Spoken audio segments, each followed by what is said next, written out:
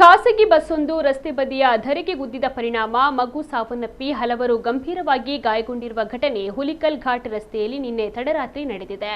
ಗಂಭೀರವಾಗಿ ಗಾಯಗೊಂಡವರಲ್ಲಿ ಶರೀಫ್ ಹಾವಿ, ಇಮಾಮ್ ಸಾಬ್ ಸಫಾನಾ ಎಂಬವರನ್ನ ಉಡುಪಿಯ ಖಾಸಗಿ ಆಸ್ಪತ್ರೆಗೆ ದಾಖಲಿಸಲಾಗಿದೆ. ನಿದ್ದೆಯ ಮಂಪರಿನಲ್ಲಿ ಚಾಲಕನ ನಿಯಂತ್ರಣ ತಪ್ಪಿ ಈ ಘಟನೆ ನಡೆದಿದೆ ಎನ್ನಲಾಗಿದೆ. ಘಟನೆಯಿಂದ ಬಸ್ನ ಮುಂಭಾಗ ಸಂಪೂರ್ಣವಾಗಿ ಜಖಂಗೊಂಡಿದೆ. ಇನ್ನು ಈ ಬಸ್ ದಾವಣಗೆರೆಯಿಂದ ಮಂಗಳೂರು ಕಡೆಗೆ ಸಾಗುತ್ತಿತ್ತೆಂದು ತಿಳಿದು ಬಂದಿದೆ.